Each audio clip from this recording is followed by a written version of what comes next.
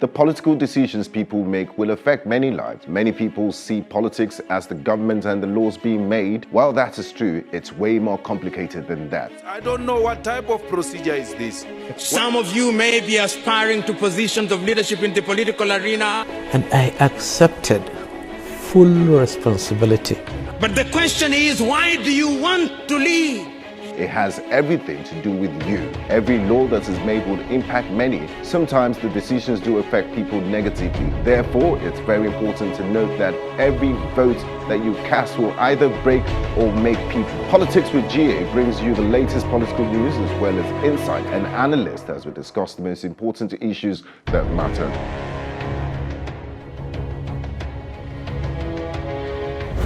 Welcome to another edition of Politics with GA.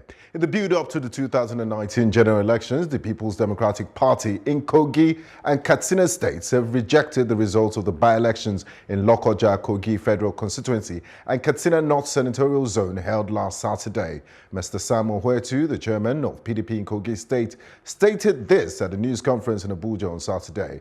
Mr. Sam claimed that the election was not free and fair and stated that it was ruled by violence, snatching of ballot boxes and vote buying, which seems to be the trade of almost every election in Nigeria.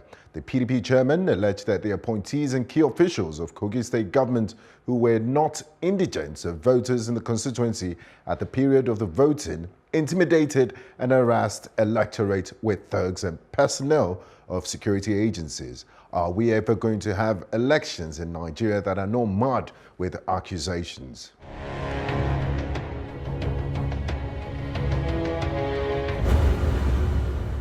The drama with the National Assembly seems to be unending as the President of the Senate, Dr. Bukola Saraki, and his deputy, Ike Ekweremadu, have raised the alarm that the federal government has commenced the execution of a plot to implicate them and their colleagues in the People's Democratic Party for last Tuesday's invasion of the premises of the National Assembly by the men of the Department of State Services. In a statement signed by their media aides, the two legislative leaders stated that after receiving the interim report submitted by the Inspector General of Police, Mr. Ibrahim Idris, the presidency has today constituted a closet panel to review the report and submit a final recommendation.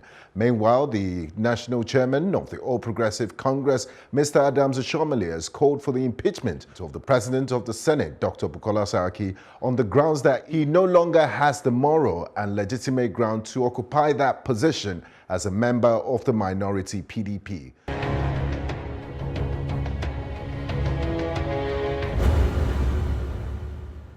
The drama with the National Assembly seems to be unending as the President of the Senate, Dr. Bukola Saraki, and his deputy, Ike Ekweremadu, have raised the alarm that the federal government has commenced the execution of a plot to implicate them and their colleagues in the PDP for last Tuesday's invasion of the premises of the National Assembly by men of the Department of State Services. In a statement signed by their media aides, the two legislative leaders stated that after receiving the interim report submitted by the Inspector General of Police, Mr. Ibrahim Idris, the presidency has today constituted a closet panel to review the report and submit a final recommendation. Meanwhile, the national chairman of the All Progressive Congress, Mr. Adams Ashomale, has called for the impeachment of the President of the Senate, Dr. Bukola Saraki, on grounds that he no longer has the moral and legitimate ground to occupy that position as a member of the minority PDP. We're watching closely what plenary will look like when senators reconvene tomorrow. Will it be business as usual or will there be fireworks?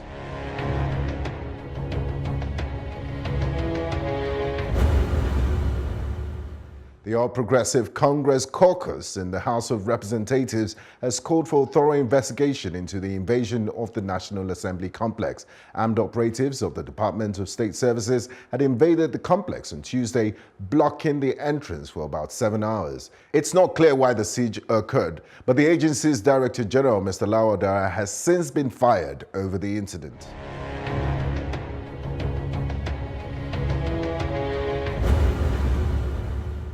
Former governor of Kaduna State and human rights activist Colonel Abubakar Umar, retired, has asked the federal government to thoroughly investigate the role of the former DSS Director General Lawal Daura. Some of the questions Umar said are begging for answers include where and in what condition are all the assets handed over to Daura by the immediate past Director General of the DSS, Mr. Ita Ekpayong.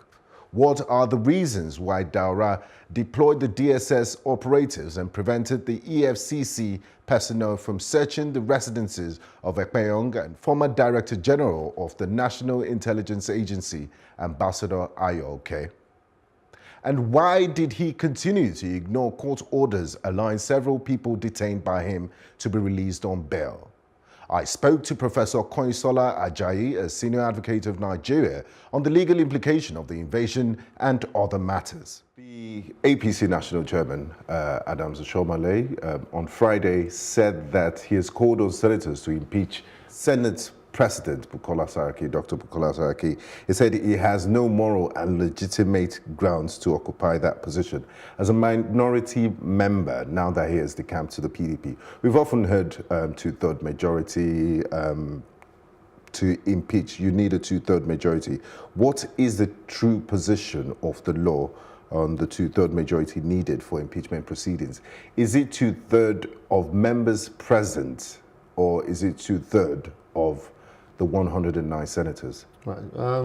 I think before I say something about that, I should mention that the statement by the chairman of APC obviously is a political statement and is part of the game that we are seeing unfold towards the holding of election next year, and sort of the parties testing themselves as to who will come out on top. But more directly to the question, it's a simple, straightforward, I believe, constitutional issue that has agitated the minds of our courts at the three levels. In other words, the trial courts, the appeal court, and the Supreme Court. And what they had to interpret were about three sections of the Constitution, basically. So the first provision to look at will be section 52C of the Constitution, which provides that the Senate President or the Speaker, as the case may be removed from office, not impeached, because that is a technical legal term in itself, which has quite a negative connotation. But a Senate President can be removed as a Speaker under section 52C of the Constitution if 2/3 of the members of the relevant House vote for such resolution. Question then Total is, number. 2/3, well, what the Constitution says, I'm just telling you what the Constitution says, 2/3 of the members.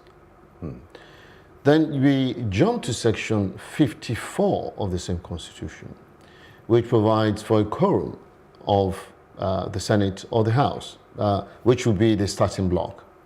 And what that section says is that the quorum shall be 1/3 of all the members of the Senate or the House, as the case may be. So that clearly, in the case of the Senate, would mean to begin this discussion at all, there must be 1/3. You know, this is 30 plus, 34, 35, 36 members present. Then you have a quorum. Then the last section that comes to play is section 56, which provides that except as otherwise provided in the Constitution, the resolutions of the Senate or the House, as the case may be, will be by a vote of 2/3 of the members present and voting. So, question is, the removal will be by resolution. Would it be just those plain words that would get the Senate President removed, or something else? Mark you, the Constitution is subject to other provisions of the Constitution. And so where you go to will be section 52C, which says something totally different. It says 2/3 of members. And so clearly, without even the aids of the courts, it is 2/3 of 109. But the Supreme Court, in the case in two cases, has looked at this. The case of the former governor of Plateau State, Darie, the court had to look at what is needed to remove some from the house, and from the government. and also in the case of Ladoja in Oyo State, looking at similar provisions, Supreme Court also, looked at these things. The precedent. Yeah. And it's clear, as they have interpreted the constitutions, that you need 109 senators sitting and present, and then you get 2/3 of that number. Except, for instance, as we know, a member, has been lost to death, or maybe resignation. But there are, one or two members of the Senate that passed on. Hence, we have elections in Katsina State, very This soon. weekend. Yeah. Yes. So clearly, for APC to have its wish, it'll have to ensure that every senator is present. That's very clear then. Now, we've seen wanton disregard for court orders by the federal government, even though we have a professor of law as the vice president. The Minister of Information and Culture says the government flouts court orders in the interest of national security. The chief law officer of Nigeria, Justice Mr. Abubakar Malami, also echoes this position. Are these reasons legitimate to disobey court orders? When you begin to disobey court orders, then you are inviting the public not to respect government itself, and you are inviting us to anarchy. The Minister of Information is a politician, a good publicist, speaks a lot, and I guess he was just speaking to his constituency. And you can forgive him. And, well, I'm not sure, because he's a learned gentleman and of this experience, knowing that words matter and that, religion also, as politics, could be opium of the people. And so we could take that as an indication that what we consider to be national security is more important than law and order. But at the base of national security itself is law and order. So, for instance, the State Security Service is set up by law and has its powers under the law and is able to do what it does because the laws say so. Now, if we leave it to the executive to determine whether to obey an order of court or not, then why go to court at all? Why do they charge people to court if they would choose what they think is right or wrong? So it cannot, by any stretch of imagination, be right for any government anywhere to disobey a court order. Now, earlier this week, the Economic and Financial Crimes Commission froze and then unfroze state accounts of Benue State and Akwa Ibom State. These accounts are important for payment of salaries and the day-to-day running of activities of the state. Does the EFCC statute give such powers to the Economic and Financial Crimes Commission to freeze accounts of states?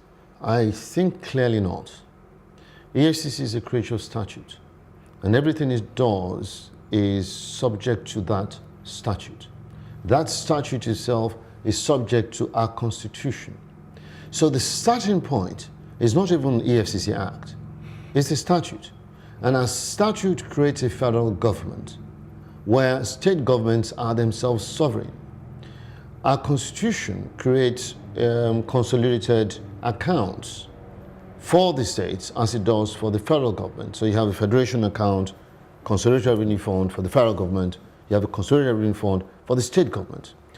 And the money that goes into those accounts are income of government, treasury receipts, taxes, imposts, and levies. That's what goes there. It's not stolen money. Government doesn't steal money. EFCC can freeze proceeds of economic crime and no more. If there's money in a bank account that belongs to government, it cannot be stolen money. So by no... Does it belong to an individual? It doesn't belong to an individual. So I do not know where Magu got that advice from, that he could do that. It is an absolute travesty that he could think he has the powers to ride roughshod over a state government, because, mind you, that governor is a sovereign. That governor is not subject to the judicial process. And the framers of our constitution did that for a purpose. So, as a matter of fact, it was just by chance that the Supreme Court even allowed the EFCC to come into the affairs of state governments at all. Because in the case of Ondo State and Attorney General of the Federation, which is went to the Supreme Court in time of Obasanjo, was whether the Supreme Court, the EFCC and the federal government could at all concern itself with such activities in a state. Well, the Supreme Court said, because the Constitution provides in Section 16 that we should abolish corruption in all ways in which we could, would lean towards allowing EFCC and the federal government to prosecute this at the state level, which is fine, to a level. But then that is what it says. So if a state official steals money, yes, go after it. If the governor steals money, there are things to be done. Report him to the House of Assembly, get him impeached, and then try him. Or wait for him to leave the office and then try him. But to freeze account of a state is to castrate the state. It is to remove fiscal responsibility. So how will salaries be paid? How will hospitals be run?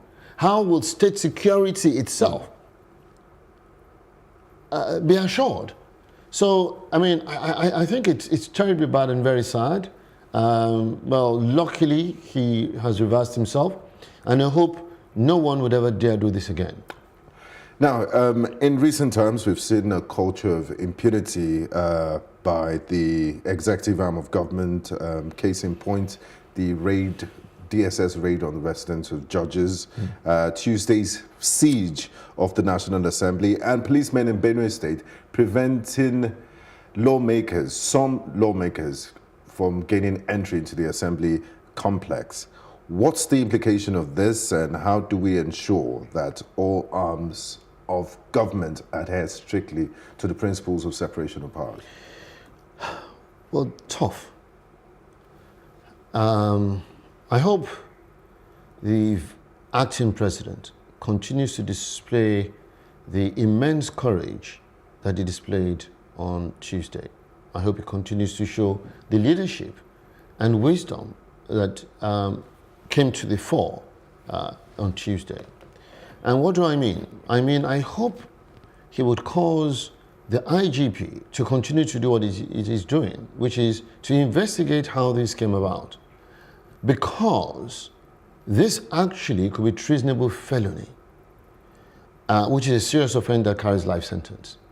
It certainly is an offense under the laws governing affairs of the National Assembly, which provides that contempt of the Assembly or obstructing legislator are offenses that carry sentences of 6 months or 2 years, as the case may be.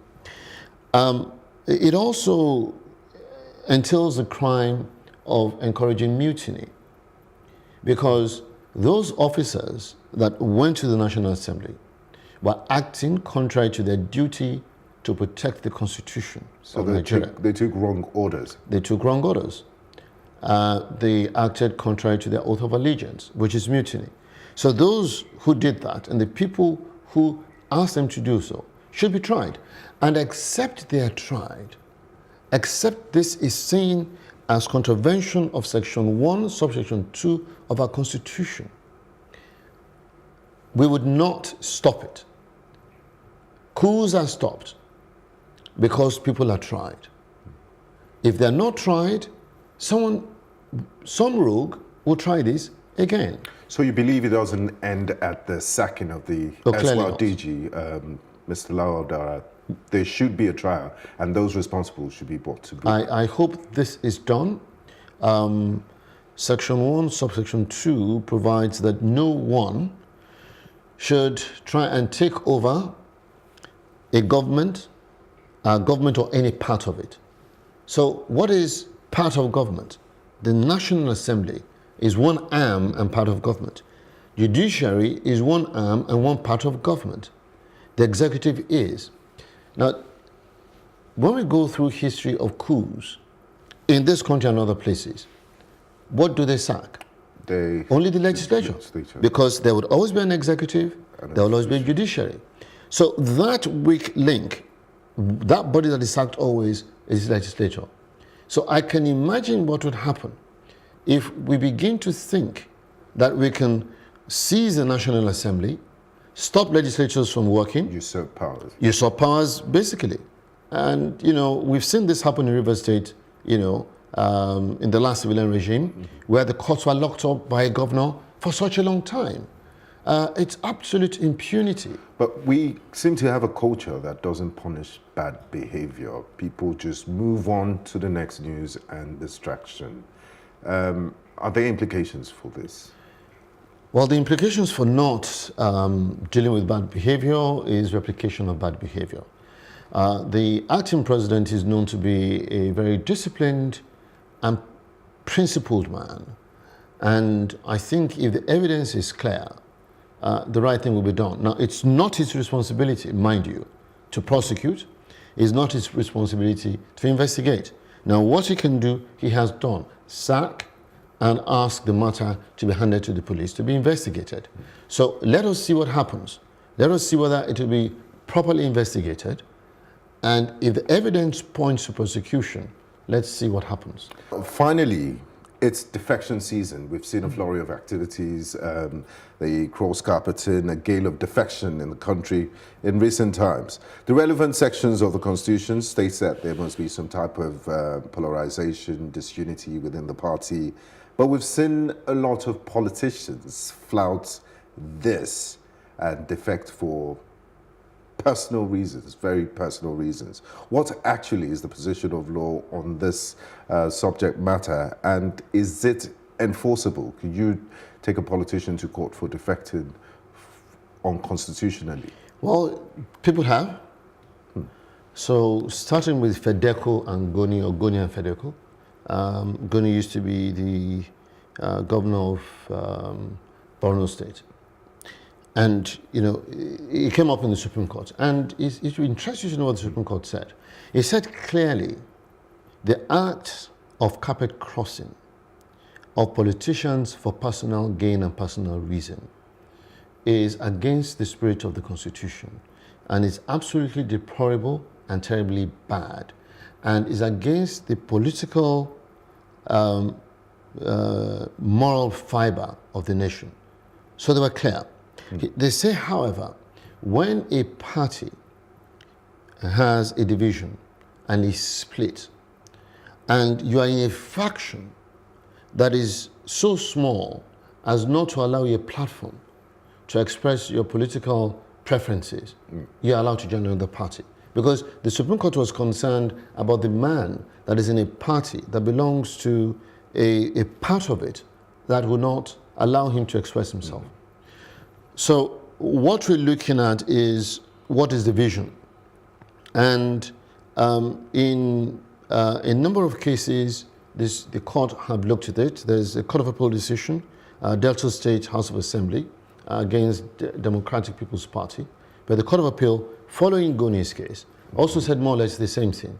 And they said that it must more or less be where you have two executives, you know, to excos. Like the PDP a while ago before yes, the 6th. Yeah, so when you have that, it's clear. But it also says, they also say when you have, you know, two parties bearing the same name, but not just that, but where it's clear that there is a division.